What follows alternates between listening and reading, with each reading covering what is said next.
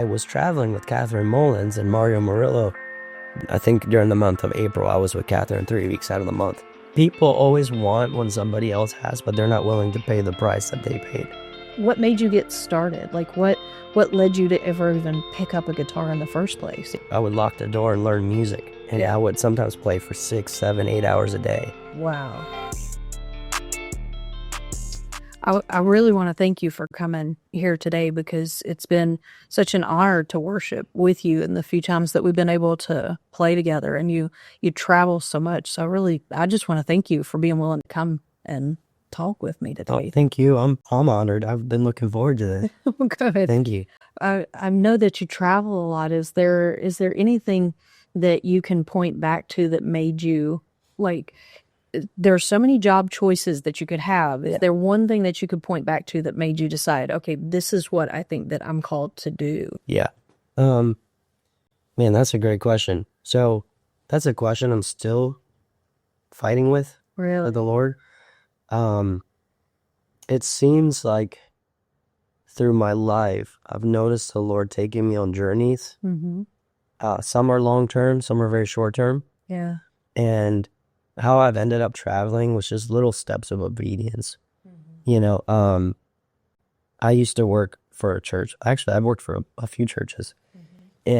And doing worship. And how I ended up to where I am now, the last church I was a part of, I was only there for 10 months. Really? And it was one of the hardest seasons that I experienced. So, I'm married. I have a 4-year-old. And it was one of the hardest seasons for us in our marriage, in ministry, in music, financially. And so when I first took the job, I knew I was stepping into something really hard. Mm-hmm. But I knew the Lord was with me. Yeah. So I said, Lord, I don't understand what I'm doing, but I trust you. And that was my constant prayer. I trust you. I trust you. And I went through, it felt like I was in school for 10 months. Wow. I had to wear a suit, and I sat on stage for the whole service and did that for 2 services, and it was great. Played really hard music. I don't read music, so I had to learn kind of how to read in my own way, how to read music, And I had to do things that maybe it was way out of my comfort zone. Where I had to manage teams and put events together, and things that were just so out of my comfort zone. So all that to say, I felt like I was in school for 10 months, and my wife and I were in counseling, and one of our counselors said, let me ask you something. Are you working at the church because you guys financially need it, or because you feel like the Lord still has you there? And I sat there. I said, you know what? It's both and, but it's turned more financially lately. And she said, you don't have to continue doing it. Wow. And so she said, I encourage you guys to go back and pray and really think about what you're supposed to do. So it's almost like we immediately knew that we weren't supposed to be there anymore, but we took time to pray about it and to consider. And my boss went away to do some job, came back, and I was in my office on a Monday, and he said, hey man, I've noticed you've been acting a little different. What's on your heart? I said, well, actually, this is what's been on my heart. And so I explained to him. He said, man, I appreciate you. Let's pray about this. Let's see what we can do. Long story short, I was going to move part-time and help them in their youth department, and their staff didn't want to do that. And so I understood it. I kind of knew it from the beginning. And so when we resigned, we resigned. We had no plan B. Oh, wow. I had no other plan of, I'm stepping out of this into, it was like, Lord, we trust you 100%. Yeah. And jobs just kept coming in left and right, a 1-day job, 2-day job, traveling. And during those 10 months, I was traveling with Catherine Mullins and Mario Murillo, but I could only do so much because they wouldn't let me take time off. Mm-hmm. They didn't believe in that. They didn't think I should be doing that. Mm-hmm. But, if you know Catherine and the team, it's like family. So that ramped up a little bit more, and it felt like we were out of town every month, Wow. And I think during the month of April, I was with Catherine 3 weeks out of the month. Wow. And so just a testament to the Lord's goodness and faithfulness that none of that took him by surprise. And we never missed a payment in our rent and our bills. That's awesome. So I ended up almost traveling full time, not really intentionally, And now, I've resigned over a year from, what are we, October? Yeah, it's been a year. Now I'm traveling about once every 6 weeks. And I'm doing a lot of stuff in town. That's really cool. I get to be home with my family. Yeah. Which is important, Oh, yeah. My husband used to work a job where he was out of town 5 days a week. And so he was only home on the weekends. Yeah. And that was before we had kids, thankfully. But that was really hard. So I'm sure that that's a whole lot better to be able to be back in town a lot more often. So. And that's always my prayer. Lord, I'll go wherever you want me to go. I'll do whatever you want me to do. And I said, but you know my heart. I love my family. I love to be home. If there are weeks where you want me to be away, protect my family, protect me, give them grace, give me grace. And it really is a daily, like a day-to-day prayer of constantly trusting him.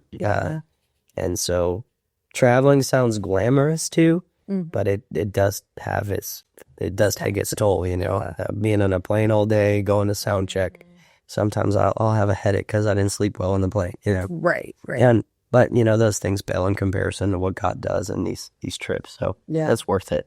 Yeah, I think so many people see certain avenues and certain career choices and other things like that. And you see the glamorous side of things. You don't always see, the mundane parts. Yeah. The grass is always greener on the other side. Yeah. People always want what somebody else has, but they're not willing to pay the price that they paid. Oh, that's good. Whether that's a gifting or an ability or a position, especially in ministry, man, if I could be married to a person like that, man, if I could have that position, if I could be a preacher, if I could be a musician. And sometimes we think we can do it better.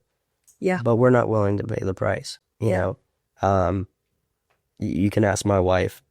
Most of the time I learn music, it'll be at 2, 3 in the morning when they're sleeping. Yeah. A lot of musicians won't even learn music these days. So there are certain things that come with a job that nobody wants to do. That's true. And so, yeah. That's true. And everybody's got to start somewhere. We were talking with the band recently about the parable of the talents. And it was so funny because somebody had sent, I can't remember the name of the drummer, but the guy that just does all this stuff that it seems like every drummer is going, oh my gosh, I should just throw my sticks away. Yeah.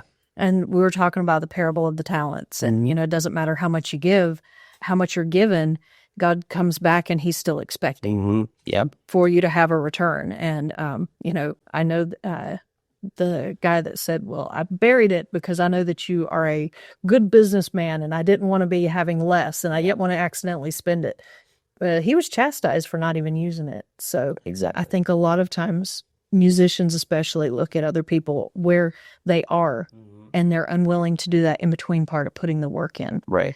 And it doesn't matter where you are, you just have to start. Exactly. So what made you get started? Like what led you to ever even pick up a guitar in the first place? Yeah, absolutely. I always remember loving music, right? And I used to play travel soccer. That consumed my life all the way through high school. But when I was around 13, either between the ages of 13 and 15, the timeline kind of gets a little blurry. My mom was going through a second divorce, a separation. And I remember, all I remember doing, the only things I remember during that season was locking the door of my bedroom, grabbing my cheap guitar, and strumming the simplest chords you can think of, right? And maybe the chords I was strumming wasn't even within the same key. Maybe they weren't even relative chords. But that's all I knew to do before the Lord. And back then, I didn't know I was worshiping the Lord. I didn't know I was seeking the Lord. It was a moment where I had a need, and the only person I could run to was the Lord. And even though I couldn't feel him or hear him, I felt comfort, and do that for hours, and I would just bawl my eyes out. Sometimes no words would come out. Sometimes, you know, it would be like a pain, like a crying pain. Yeah. But I remember doing that for days and days and days. And sometimes it would last hours, sometimes it'd be a few minutes. And, you know, that carried on for a few years. Maybe not as intense when it first started. But and that's all, those are my earliest memories of music. Yeah. When I learned to play the guitar, where I would just lock my door and go before the Lord. And then as I got older, I would lock the door and learn music. And I would sometimes play for 6, 7, 8 hours a day. Wow. And the time would just go by so fast, you know? And those are my earlier memories of music. Wow. Now, people say, you know, practice makes perfect. Well, perfect practice makes perfect. You can practice the wrong thing and learn wrong, right? Exactly. So I'm sure during those years, I learned so many wrong things because I had no like focus, no one telling me what to do. Right. And so when I moved to Charlotte, was one of the first times where I learned to play in a band, and I learned to go to the house of prayer. And, you know, the house of prayer felt familiar because it reminded me of what I used to do at home. Yeah.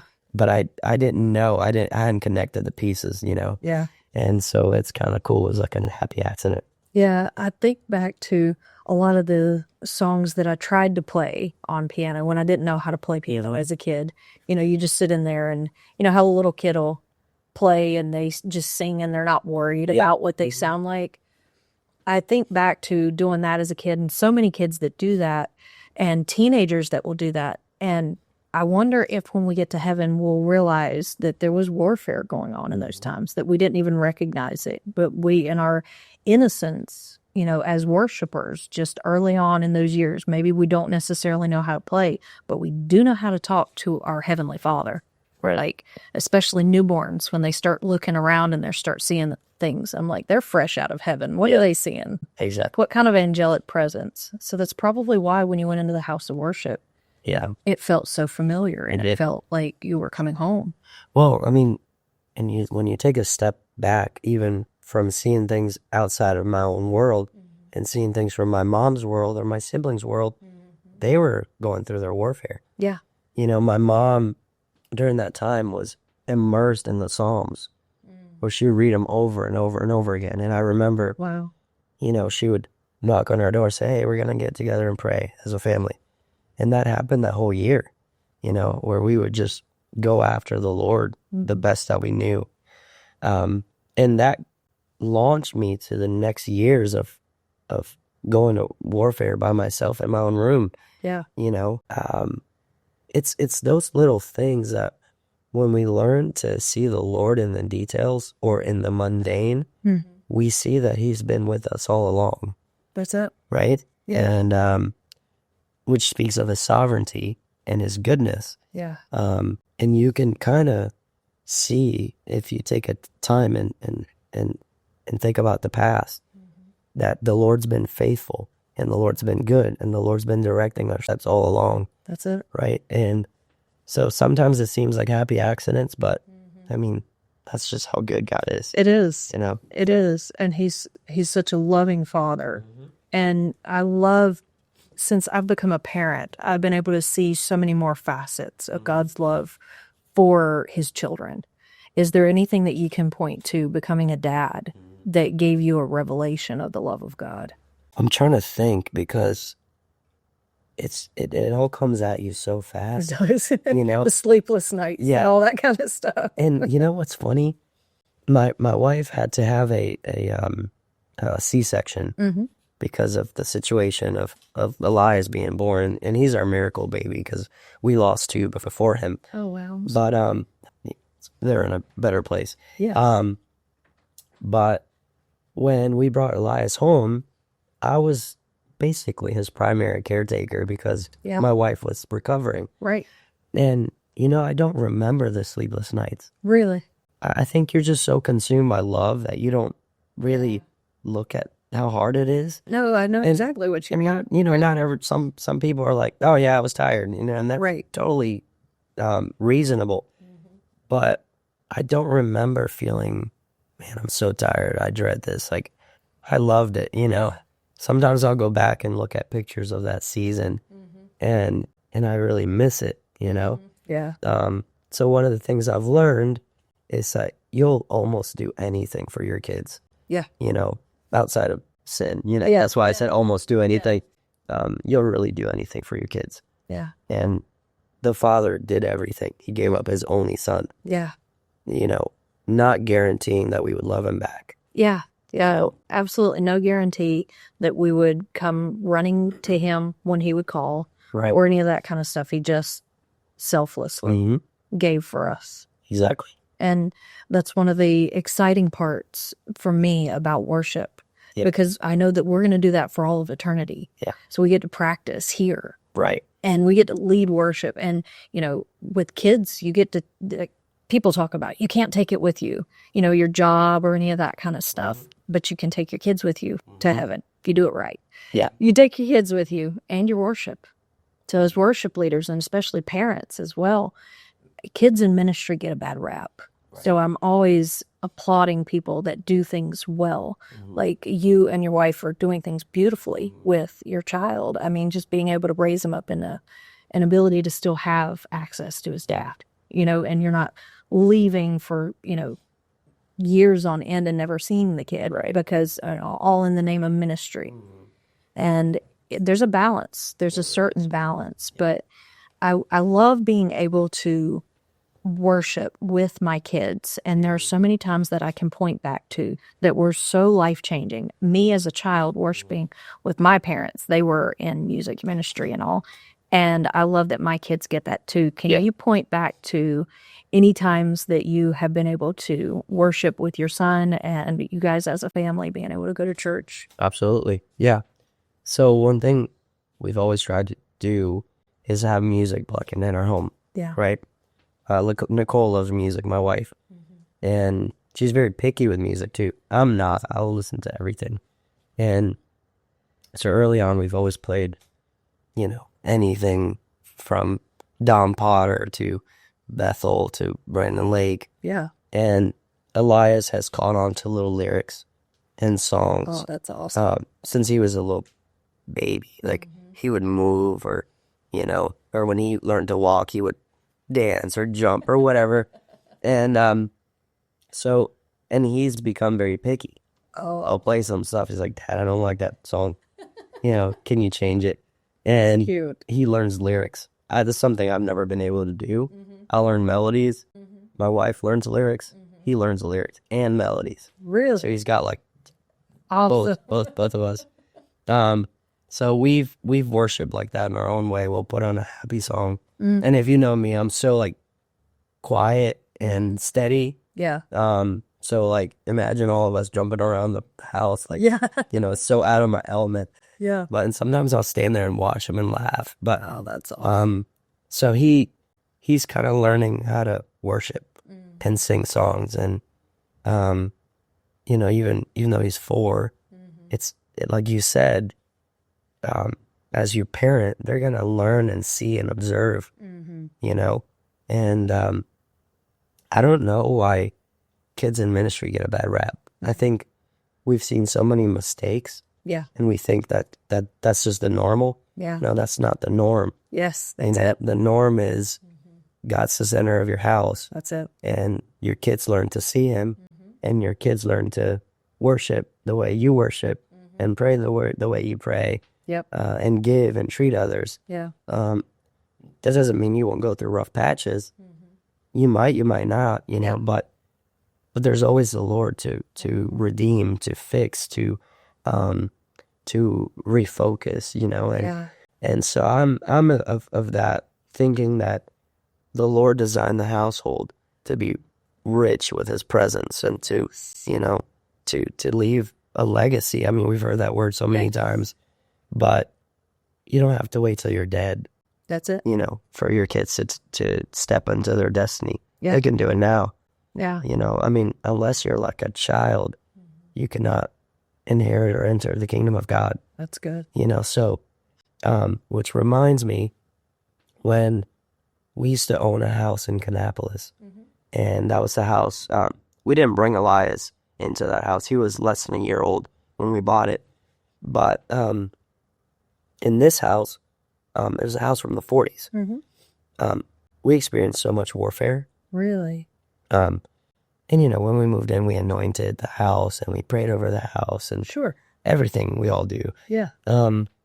But still, there was something that would linger where we would have nightmares, where my wife would be scared to stay at home. And if you know her, that's not like her. Wow. Excuse me. And so this went on probably for a year, where we would have dreams of someone coming to take Elias away. And then they would bring him back, and he was not Elias, right? Or that was mostly my wife having those dreams. I would have dreams where I'd be holding him, and someone's trying to convince me to give him up so that they could take him. Oh, wow. And I would say, no, this is my son, Yeah. And so we'd have these dreams again and again, and it got to the point where we felt like we don't think the Lord's telling us someone's trying to take him, but there's a battle going on against him, right? Yeah. No one's trying to physically take him. Maybe, maybe someone is. I don't know. North Carolina is horrible with, with all you know what's going on. So we kind of had to take a step back and say, Lord, what are you trying to tell us? Yeah. We talked to our counselors, and they gave us some advice. And they said, open the doors, all the doors and all the windows, and begin to bind certain spirits and begin to lose certain spirits. Yeah. Right? Absolutely. For any demonic spirit, pray for the opposite spirit that comes from the Lord to abide in your house. Yes. So we did that. And, it was almost like immediately something changed. Wow. Before that, Elias was so scared to go in the kitchen. And our kitchen had a back hallway that was a mud room that went to the backyard.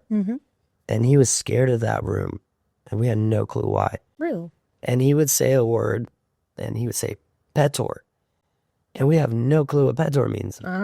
Until one day I'm reading a book with him, and it was about dinosaurs. And he points to the book, and he says, Petor. And I was like, are you seeing a dinosaur? Yeah. And he was trying to tell us that he was seeing a dinosaur. Oh, wow. In the back room. And, so I told Nicole, we're like, okay. And so we prayed against this thing. And we looked at what can dinosaur mean. And dinosaurs were predators. At least the big dinosaurs. Yeah. Which would explain the dreams of why someone was trying to take them. And so we're starting to put the pieces together. So all that to say, we prayed. We feel peace. Yeah. And one night I'm having dinner with him at his little table, and I'm just watching him eat, and I'm thinking, I'm just repulsed by the thought of what some people can do to kids. Yeah. And I was watching my own son thinking, how can anyone do any harm to a child? Yeah. And it's almost like I had this anger inside of me. And it's almost like that thought carried on to the next day when we're driving to Costco, and my wife and I are trying to talk about everything we're experiencing. And I said, Nicole, I feel like something happened in our house that was predatorial. Oh, wow. Because from day one, something's been trying to fight Elias. Yeah. Right? So I feel like something happened with a kid. And it's almost like all the dreams and all the feelings started to make sense. Wow. And so all that to say, the reason why I thought of this story was because the Lord will speak to the little ones. Yeah. We could have easily said, buddy, there's no dinosaur. They don't exist. Right. It's okay. Yep. But instead of doing that, we said, oh, you see a dinosaur. What color is it? And he would always say, green, green. Always. It never changed. It was a consistent, same story. Wow. And I can tell you a lot more things that happened where, before we had that prayer or we opened, the doors and everything, we would have thoughts that were not our thoughts of like, just violent thoughts. I'm not a violent person. Right. My wife's not a violent person. Right. And so we kind of had to take a step back and say, Lord, what is you? Yeah. What isn't you? Right. Are we hearing your voice or are we hearing the enemy's voice? It'd be violent things against Elias, and it almost felt like we were going crazy. But the moment we identified that those were not our thoughts and those were not God's thoughts, we were able to bind those things. That's it. And not welcome them to our home. Around that same time when we were connecting the dots, Nicole had a dream that we were in our bedroom, and she got up, and there was a screen. Man, what did it say? It had a word in it on the screen, but she said, I forget what the word was, but she said, I see you in the dream. So like, I know you're there and I see you, you're not hidden. And then that's when all these things were revealed. Really? It's like almost like the Lord opened up our eyes to what was happening in the present and what happened in the past. Oh, wow. Now, I can't confirm to you what happened in the past. Right. We're just going based on a gut feeling of what we think the Lord was showing us. So yeah, don't dismiss what your kids are hearing. Yeah. Test it. Test it with the scriptures. Test it with the presence, with prayer, with the truth. Yeah. And if it checks out, most likely the Lord's speaking. And that's such a testimony of how God listens to us. When we have these, we may not necessarily be able to completely, like you went to the Lord and you're like, what is this? Yeah. God didn't dismiss you. He was listening to you just like you listened to your son. Yeah. There are so many times that I look back to that my kids are talking to me and they're telling me things that I wish that I would have listened to. Yeah. And if I had listened to them, then I would have known, hey, this could be coming up. We actually were driving past this facility. Our church was given this church building. And we were looking for a church building. And my son, my 11-year-old son, he was 10 at the time, he said, that's our church. And he would say that 4 or 5 times. I mean, like, as we were driving past, he's like, I'm telling you, that's our church. Yeah. And I was like, buddy, that's not quite the size that we're looking, because I was thinking we were going to rent. Yeah. But he and God knew bigger. Yeah. And I shouldn't have dismissed him. I should have listened. Thank you so much for being here today. Thank you. I really appreciate your time. I know it's valuable, and I appreciate you honoring me with, coming in and talking to me for a while. Oh, no way. I feel like I could do this for hours. I feel encouraged, so thank you. Yeah, thank you.